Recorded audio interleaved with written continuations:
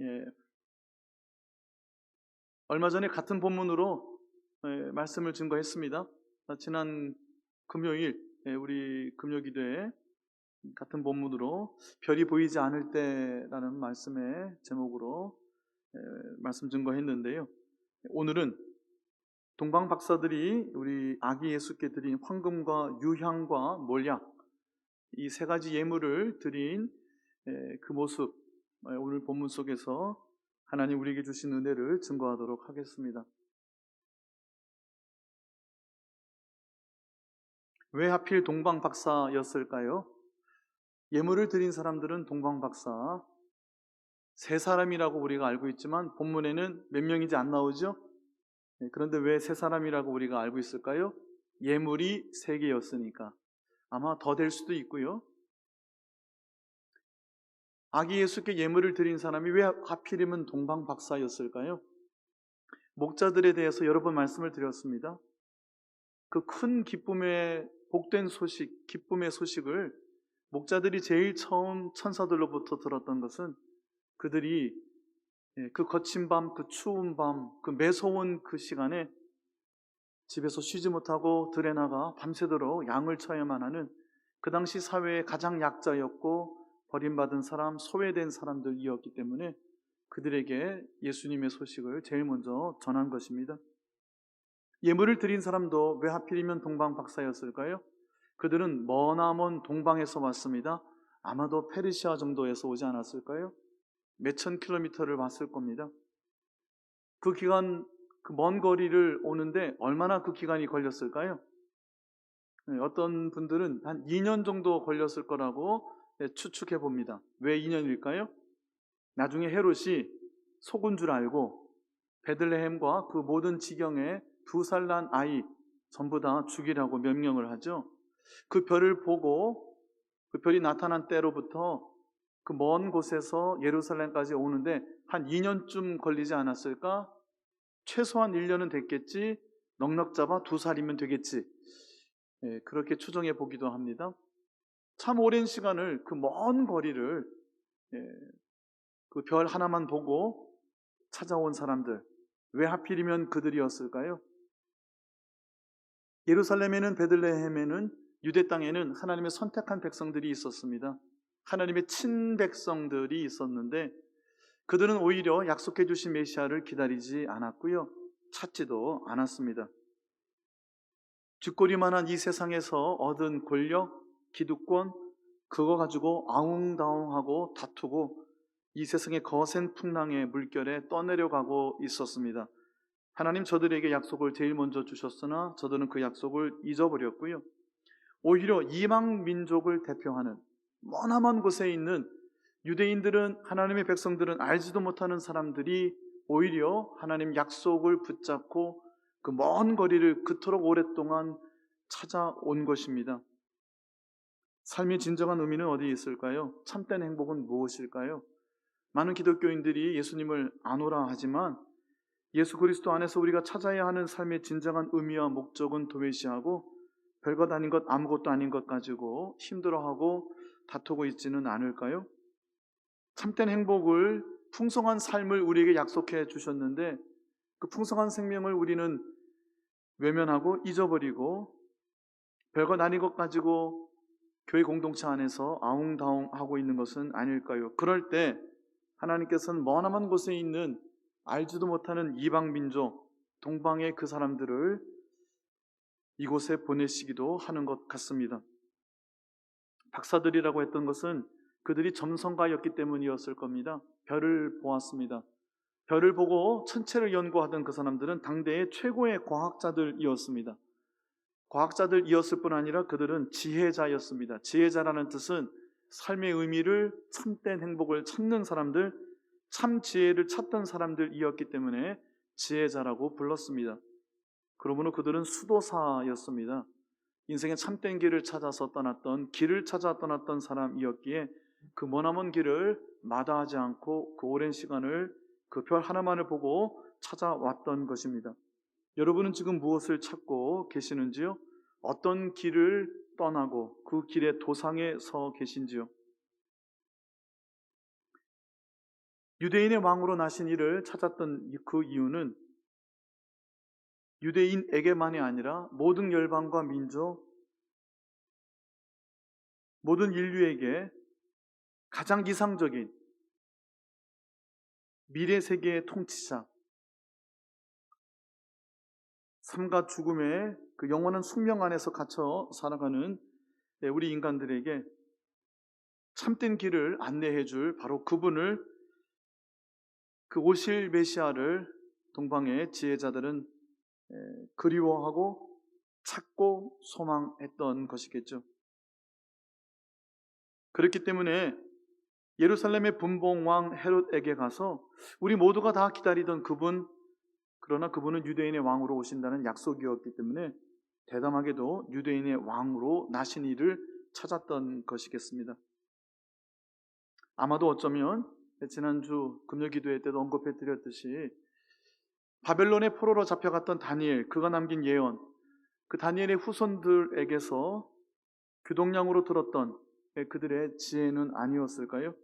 바벨론 제국은 무너졌습니다. 페르시아가 대제국을 건설했지만 그 500년, 600년 전 다니엘과 같은 하나님의 사람들이 그 당대 이 제국의 수도 바벨론에서 남겨주었던 이 땅에 찾아오시는 하나님, 왕 중의 왕, 만주의 주가 되시는 참된 통치자, 진짜 왕을 그토록 오랫동안 기다리고 찾아왔던 그러한 역사는 아니었을까 생각해 보기도 합니다. 그들이 어떻게 메시아를 알았는지 우리는 알지 못하나 그들은 참으로 오랜 시간 그들의 삶의 참된 의미와 목적을 찾아서 여기까지 온 것입니다.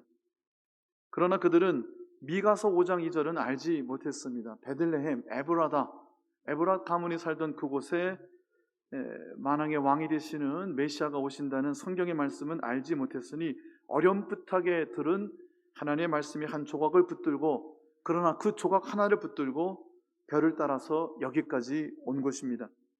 저와 여러분에게는 하나님의 말씀이 이토록 쉽게 분명하게 매일 아침 그리고 매일의 예배 속에서 계속하여 선포되고 있는데, 그때마다 주시는 그 하나님의 말씀을 우리는 얼마나 붙잡고 그 말씀 안에서 하나님을 만나고 계시는지요. 그리고 내게 찾아오시는 성탄의 주 예수 그리스도를 그토록 갈망하고 소원하고 계시는지요. 유대인의 왕으로 나신 이를 찾은 목적은 본문에 분명하게 기록되어 있습니다. 그에게 엎드려 경배하기 위함이라고 우리가 앞선 본문에서 이미 보았습니다. 예수님께 경배하기 위함이었습니다. 그 앞에 엎드려라는 그러한 표현이 없다고 하더라도 그 경배한다는 단어 자체가 완전히 엎드리는 것을 의미합니다. 예배가 무엇이냐 할 때에 제가 늘 설명해 드렸던 단어 프로스퀴네오라는 헬라어입니다. 퀴네오가 키스, 입 맞춘다는 뜻이고요. 프로스라는 말은 무엇을 향하여라는 뜻입니다. 그래서 프로스퀴네오라는 것은 to kiss the ground, 땅에 입을 맞추는 것을 의미합니다. 몸을 구부려서 땅에 입을 맞추는 겁니다. 그 땅에는 바로 왕이 계시기 때문에 왕의 존전 앞에서 완전히 온몸을 던져 엎드려서 땅에 입을 맞추는 경배, 그것이 프로스퀴네오라는 단어의 뜻입니다. 그 앞에 엎드려라는 말이 하나 더 붙여 있습니다. 강조하고 있는 것이죠. 아기가 강보에 쌓여 가장 무력한 모습으로, 그리고 가장 가난한 비난한 모습으로 여물통에 누워 계신 이 땅에 오시는 왕을, 그러나 저들의 온몸을 던져서 땅에 입을 맞추며 경배하기를 원했다 하는 겁니다. 오늘 이 동방의 박사들이 드렸던 예물, 이 선물도 그와 같은 예배를 위하여 왕이신 아기 예수께 드린 예물이었습니다. 예수님은 우리의 삶에 찾아오셔서 우리의 삶을 덮어주기를 원하신다고 지난 주일에 말씀을 나누었습니다. 성령이 우리에게 임하시면 그 성령이 우리의 삶을 덮는 능력이 되신다고 했고요. 저는 저 나름대로 그것을 묵상 중에 나를 꼭 안아주시는 하나님이라고 풀어보았습니다. 오직 성령이 너희에게 임하실 때만이, 그 성령이 덮어주실 때만이, 하나님의 영이, 그리스도의 영이 나를 덮어주실 때 그리스도가 나를 다스려 주심이, 그 예수님의 통치와 주권이 내 안에서 일어날 때 내가 아니라 내 안에 계신 예수 그리스도께서 성령과 더불어 써내려가는 그 역사가 바로 교회의 역사, 성령의 행전, 사도행전이라고 말씀을 드렸습니다. 천지를 창조하신 창조주 하나님께서 땅이 혼돈하고 공허하며 흑암이 깊음 중에 있을 때에 그 짙디 짙은 어둠을 다 비어있고 아무것도 없고 모든 것이 혼란 가운데 있는 창조전에 우리를 성령께서 그 수면 위를 운행하시면서 덮어주시고 안아주셨기 때문에 하나님께서 빛이 있으라 하심에 빛이 있었던 창조의 능력이 시작되었다고도 말씀을 드렸습니다. 그리스도 영이 오셔서 머물러 계신 우리의 삶이, 내 몸이 곧 성령께서 거하시는 하나님의 성전이라고 말씀하셨습니다. 그러므로 우리는 그리스도 영이 머무는 왕이신 예수님께서 다스려 주시는 이 땅에 세워진 교회입니다. 건물로서의 교회가 아니라 이 땅 어디에 가든지 우리가 서 있는 곳은 하나님의 통치가 일어나는, 왕이신 예수 그리스도의 통치가 일어나는 하나님의 나라가 되어야 한다 하는 것이죠. 그러므로 우리가 있는 곳에는 하나님께서 오직 홀로 영광을 받으셔야 하므로 우리가 있는 그곳은 예수님의 다스림이 있는 곳, 즉 평강의 왕이 다스리는 화목해함, 화평케함, 우리의 모든 수고와 죄짐을 다 벗겨주시고 씻어주시는 용서와 죄 씻음과 하나님과 화목해됨이 일어나야 된다고 지난 몇 주간 이 대강절에 계속해서 말씀을 드렸습니다. 황금과 유황과 몰약, 그 왕이신 예수님께 드려진 예물 3가지입니다. 황금은 어떤 이에게 드렸던 예물일까요? 황금은 늘 항상 왕에게 드린 예물입니다. 왕에게 드린 예물. 그러니까 악의 예수님을 왕으로 그 앞에 경배하기 위하여 예물을 드렸다 하는 것입니다. 예수님, 내게 찾아오신 예수님은 나를 다스리시기를 원하는 왕이신 하나님, 왕이신 하나님의 아들이시다 하는 것이죠.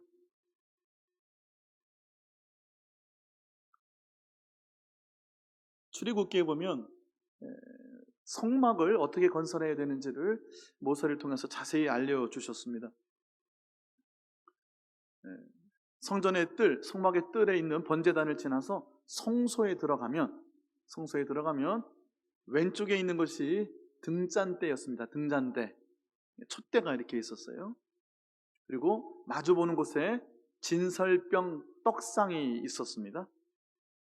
그리고 커튼이 성소와 지성소를 구분하고 있고 그 휘장 앞에 분향단이 있었습니다. 그림을 한번 그려보세요. 여러 번 설명을 해드렸습니다.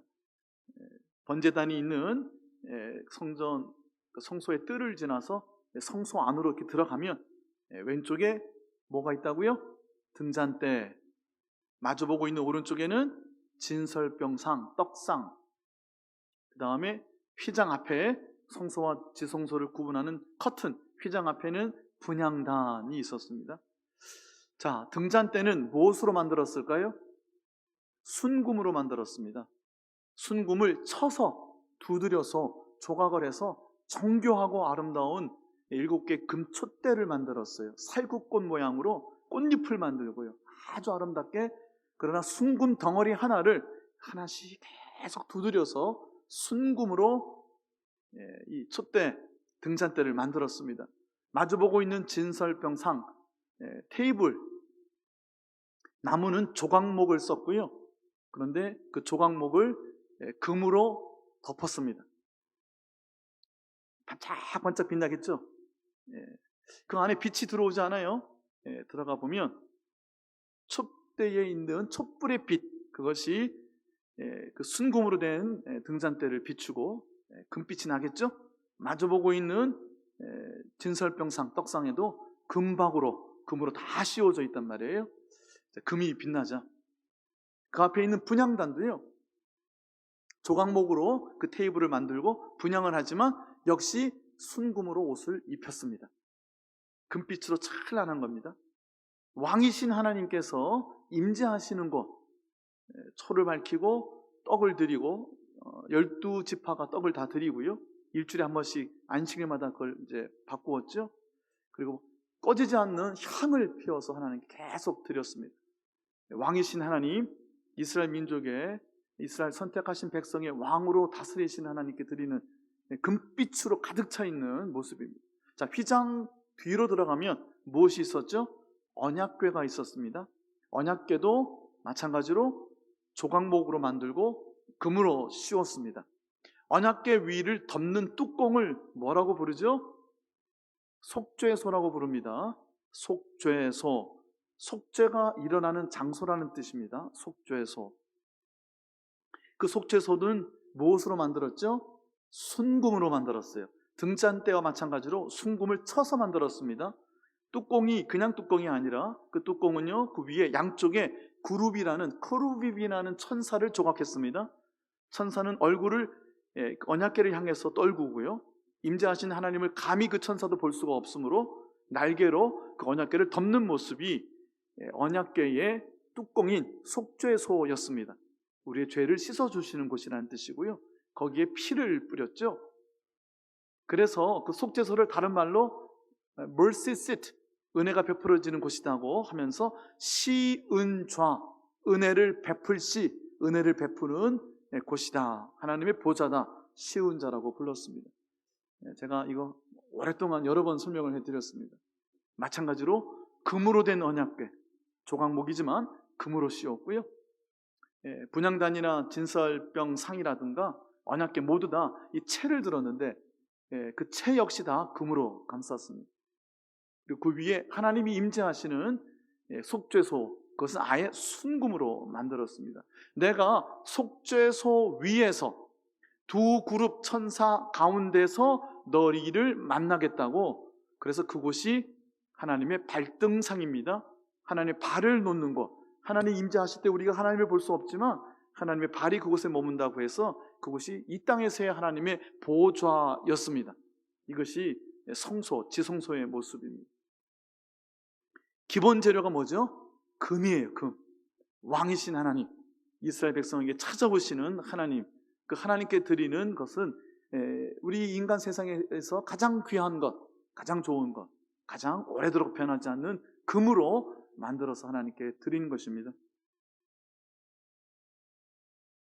아기 예수께 황금을 드렸다는 것은 강보에 쌓여서 여물통에 누워 누이신 아기였으나 가장 무력하고 가장 가난하고 아무런 힘이 없는 가장 낮고 낮은 곳으로 임하신 하나님 자신, 하나님의 아들, 그분이 만왕의 왕이요 만주의 주라고 하는 우리의 고백이 되어야 한다 하는 겁니다. 왕 앞에는 어떻게 한다고요? 온몸을 던져서 땅에 입을 맞추고 꿇어서 엎드려서 항복하는 겁니다. 제가 경배한다는 것은 사실은 항복한다는 표현을 더 원색적으로 쓰면 좋겠다 말씀을 드린 적이 있습니다. 항복한다는 것은 내 것을 포기한다는 겁니다. 내 의지를 포기하는 것이고, 내 감성을 포기하는 것이고, 내 계획을 포기하는 것이고, 왕이신 하나님의 명령 앞에 절대 복종하고 순종하겠습니다 하여 엎드리고 땅에 입을 맞추는 것입니다. 황금을 드렸다는 것은 우리에게는 가장 귀한 것을, 우리의 생명을 그 왕 발 앞에 내어놓고 그 왕이신 하나님께서 내 생명을 취하여 어떻게 쓰시든지 하나님의 뜻대로 쓰여지기를 원한다는 우리의 헌신의 고백이 되어야 한다는 것이죠. 우리에게 찾아오시는 예수님 앞에, 이 성탄의 예수님 앞에 우리의 생명 전부를, 우리의 인생을 하나님 쓰시기에 합당한, 하나님 쓰시기에 편하신 하나님 뜻에 따라서 항복하여 온전하게 드려지는, 왕에게 바쳐지는 예물이 되시기를 예수님의 이름으로 축원합니다. 두 번째는 유향입니다. 유향은요, 히브리어로 레보나라고 해요. 레보나. 제가 이것을 가르쳐 드리는 이유가 있습니다. 흰색이란 뜻이에요. 레보나, 자음만 생각해 보세요. 레보나의 자음을 생각해 보셨어요? 자, 레바논, 자음이 똑같죠? 레바논은요, 산지입니다. 레바논 산지에는 흰 눈이 1년 내내 덮어 있어요. 흰 눈이 덮여 있는 곳. 그래서 레바논이라고 그 나라 이름을 부르는 겁니다. 흰색입니다. 유향나무가 있는데요. 그 나무에 그 껍질을 벗겨서 상처를 내면 나무에 수액이, 진액이 나오겠죠. 처음에는 투명한 색깔이 나오는데 그것이 굳으면 반투명한 우윳빛 색깔이 됩니다. 그 향을, 그 유향나무에서 나오는 그 진액을, 그것이 이제 향으로 태우면 어떻게 되느냐? 아주 강한 향내가 납니다. 그래서 유향은 향료로 쓰이는 겁니다. 방금 설명해 드린 분향단에 꺼지지 않게 하나님께 계속해서 태워드리는 그 향기로운 냄새, 그 강한 냄새가 바로 유향의 향료를 하나님께 드리는 것이고요. 레위기에 보면 하나님께 드리는 5가지의 제사가 나옵니다. 번제부터 시작해서요, 속번제, 속죄제까지. 소제가 뭐죠? 곡식 가루를 빻아서 하나님께 드리는데, 그냥 곡식 가루를 태워드리는 게 아니라 곡식 가루 위에 이 유향을 올려놓고 유향을 같이 태웁니다. 곡식이 타면서 사실은 향내는 유향의 냄새가 나는 것이죠. 자, 그러므로 이 향은 하나님께 올려드리는 것을 의미하는 겁니다. 향은 밑으로 내려가는 것이 아니라 위로 올라가는 것이죠. 유향을 드린다는 것은 유향을 받으시는 분이 바로 하나님이시라는 겁니다. 제단에 제물을 드렸는데 하나님이 받지 않으셨다, 받으셨다 하는 성경의 증언을 우리는 계속해서 보게 되는데요. 하나님께 받으셨다 할 때는 아마도 어쩌면 그 드려진 제물을 하나님께서 위로 올려서 받지 않으셨을까? 그런 생각도 해봅니다. 가인과 아벨의 제사, 어떤 일이 일어났을까? 실제적으로 아벨의 제사는 그 드린 연기가 하나님께 곧장 올라가고, 가인의 제사는 막 사방으로 흩어졌다든가 뭐 그러지 않았을까? 그냥 한번 생각해 보는 겁니다. 중요한 것은 아니고요. 향은 하나님께 올리는 것입니다. 하나님께 드리는 예물이었습니다.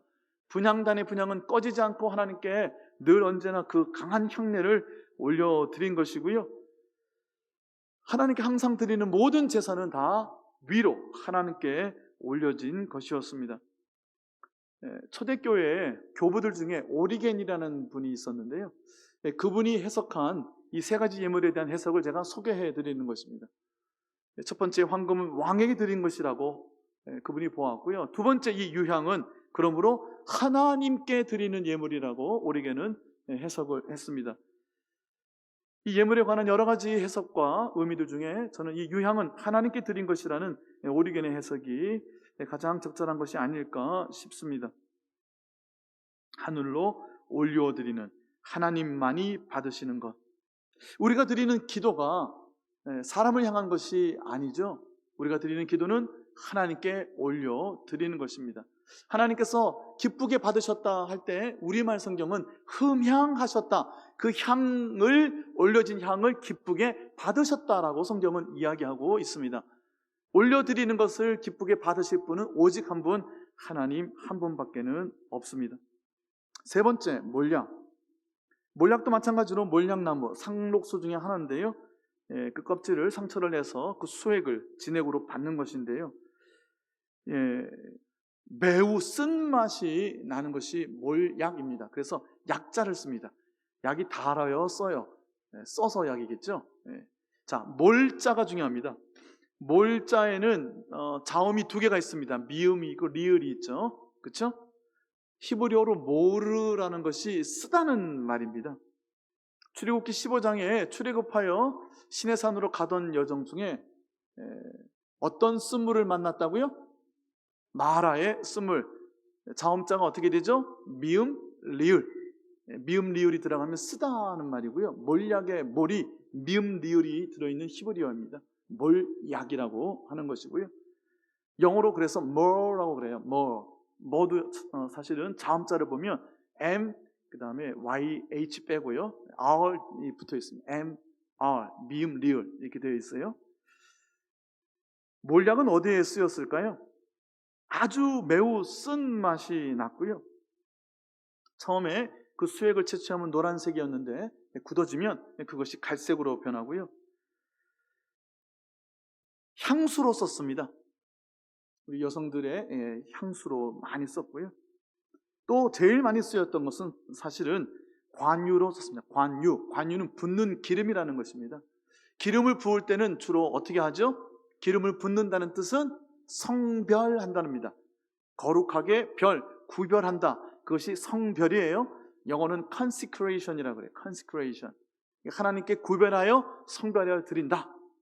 즉 인간의 것이든, 즉 사람이든 성전이든 성막에 다 건립이 된 다음에 그것을 성별하여 드리는 예배가 따로 있었고요. 왕이나 선지자나 제사장들, 하나님께 바쳐진 사람들이라는 뜻에서 그들에게 기름을 부었습니다. 기름을 부으면 그들은 특별한 존재가 되는데, 왜 특별하냐? 하나님께 속해 있기 때문에, 하나님께 것으로 성별하기 때문이었습니다.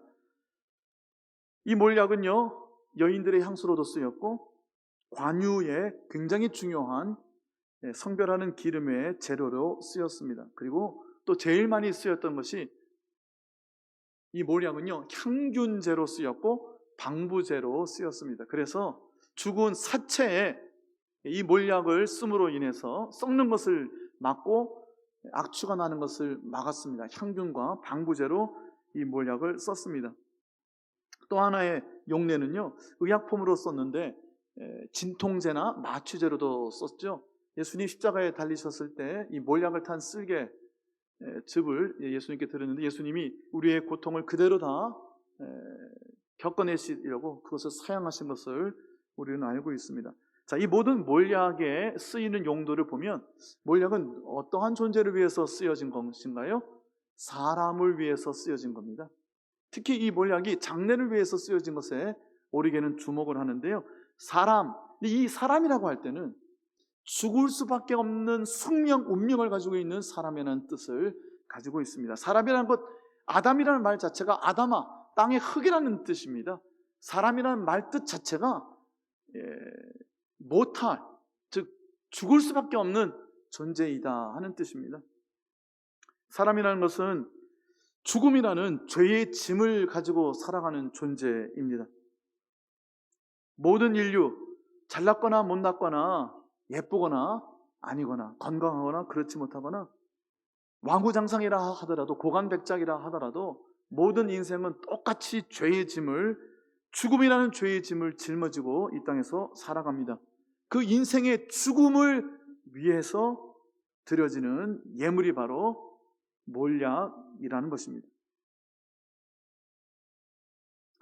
아기 예수, 이제 막 태어난 아기 예수께 사람의 죽음, 장례를 위하여 드리는 몰약을 드렸다는 것은 사실 조금 어처구니가 없는 것일 수도 있지만, 동방의 박사들은 어떠한 의미를 담아서 이것을 드렸는지 모르지만 성경에 나오는 이 세 가지 예물의 뜻은, 세 번째, 몰약을 통하여 이 땅의 왕이신 예수님, 하나님이신 예수님이 그러나 이 땅에 우리 모든 죄의 짐을 벗기시고 그 죄의 죽음, 죄의 짐인, 죄의 값인 죽음에서 우리를 구원하시고 건지시기 위하여 그 죽음의 어두움의 그늘에 신음하고 떠내려가고 있는 우리 인생들에게 삶의 목적이 무엇인지, 삶의 진정한 참된 의미가 무엇인지, 하나님의 영광을 위하여 살아가는 삶이 무엇인지, 왕이신 하나님께 온전하게 바쳐져서 하나님의 손에 쓰임받는 멋있는 인생이 참으로 복된 인생이 어떠한 인생인지를 알려주시기 위하여 대신 그 인생의 죄짐인 죽음을 맞이하시기 위하여, 그 죽음을 대신 감당하시기 위하여 이 땅에 오신 분이시다 하는 해석입니다. 제물이 되시기 위하여 우리에게 찾아오신 왕이신 하나님, 몰약이 씌워진 것은 죽음을 준비하기 위한 것이었고요, 내 대신 제물이 되시고 내 대신 내 죄의 값을 대신 치러주시기 위하여, 우리가 어찌 의로울 수가 있을까요? 우리가 어찌 거룩할 수가 있겠습니까? 여러분, 거룩하세요? 의로우세요? 흠이 없으세요? 책망할 것이 없으십니까? 다 잘하셨습니까? 다 오르세요? 늘 언제나 성공하셨습니까? 천만에요. 그럴 리가 있습니까? 우리는 늘 언제나 실패하죠. 실수합니다. 잘못합니다. 남들은 잘 모르지만 끔찍한 죄 가운데 있기도 합니다. 우리는 결코 의로울 수가 없고요, 결코 흠이 없을 수가 없고요, 우리는 책망받아야 마땅하고요, 죽음의 어두운 그늘에 허덕일 수밖에 없는 것이 우리 인생입니다. 그런데 그 인생에게서 어둠의 그늘을 싹 걷어내시고 우리를 거룩하게 여겨주시고 존귀하게 보배롭게 우리를 덥석 끌어 안아 주시기 위하여 내 모든 죄의 그 죄책을 거두어 주시기 위하여, 죄의 값을 대신 지시기 위하여, 왕이신 하나님이 제물이 되시기 위하여 이 황금과 유향과 몰약의 예물을 받으시는 아기 예수로 이 땅에 오셨다 하는 겁니다. 말씀을 마치겠습니다. 성탄의 예수 그리스도, 그분에게 드려진 선물 3가지를 꼭 기억하십시오. 여러분에게 예수 그리스도는 어떠한 분이십니까? 여러분의 삶을 다스리기를 원하시는 분입니다. 그 예수님 앞에 여러분의 의지와 감정, 계획과 소망을 내려놓고 항복하실 수 있어야 합니다. 그 예수님께 모든 것을 다 드리고 엎드려 땅에 입을 맞추고 경배해야 합니다. 내 뜻이 아니라, 내 계획이 아니라, 내 의지나 내 감정이 아니라 예수님이 내게 원하시는 것, 하나님께서 쓰시고자 하시는 하나님의 뜻에, 하나님의 다스리심에 그 왕 되신 하나님께 우리의 삶을 내어 놓아야 합니다. 그리고 무엇보다도 가장 중요한 것은 그 예수님이 나 위하여 이 땅에 오셨음을 나를 꼭 안아주시고 내 모든 죄를 씻어주시고 깨끗하게 맑게 신눈과 같이 온전하게 보배롭게 나를 새로운 삶으로, 새로운 생명으로, 거룩한 하나님의 자녀로, 그리고 왕과 같은 제사장으로 예수님의 몸이 되어 이 세상에 하나님의 다스리심이 나타나도록 우리를 보내시기 위하여 오셨다는 것을 기억해야 합니다. 지극히 높은 곳에 하나님께서 영광을 받으시기 위하여서는 만왕의 왕, 만주의 주가 되시는 예수님, 그가 이 땅에서 제물이 되셔서 보여주신 사랑의 다스림, 화목케 하심, 화평케 하심, 대신 제물이 되어 대신 죽어주심, 누군가를 위하여 억울함을 감내하고 도살장에 끌려가는 양과 같이 입을 닫고 그의 목소리를 들리지 아니하며 묵묵히 죄의 짐을 대신 지시고 대신 죽으신 주님의 그 영원한 사랑, 그 희생, 그 십자가의 순종을 오늘도 이 성탄에 내게 만왕의 왕으로 찾아오시는 예수님 안에서 찾고 발견하시기를 예수님의 이름으로 축원합니다. 찬송하겠습니다. 주신 말씀 기억하면서 찬송가 111장 하나님 앞에 찬송드립니다.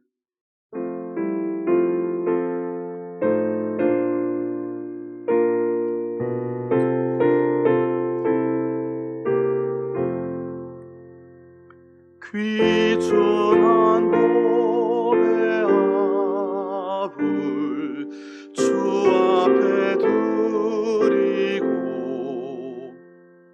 우리 몸과 마음도 다 함께 바치세. 진리는 오며 하고 사랑은 성결해. 주께서 탄생하신 거룩한 날일세. 주께서 주시는 내 한없이 크오니 우리가 받은 것을 감사히 바치세. 기쁨은 충만하고 소망은 불변해. 정성과 마음을 다해 경배를 드리세. 들에서 밤을 새며 양치던 목자들 하늘에 빛난 영광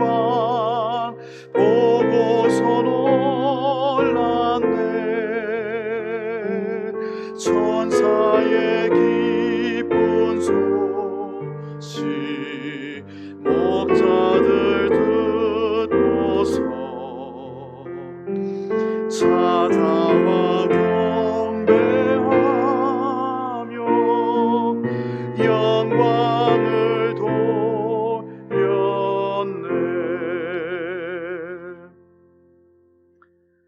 그 머나먼 길을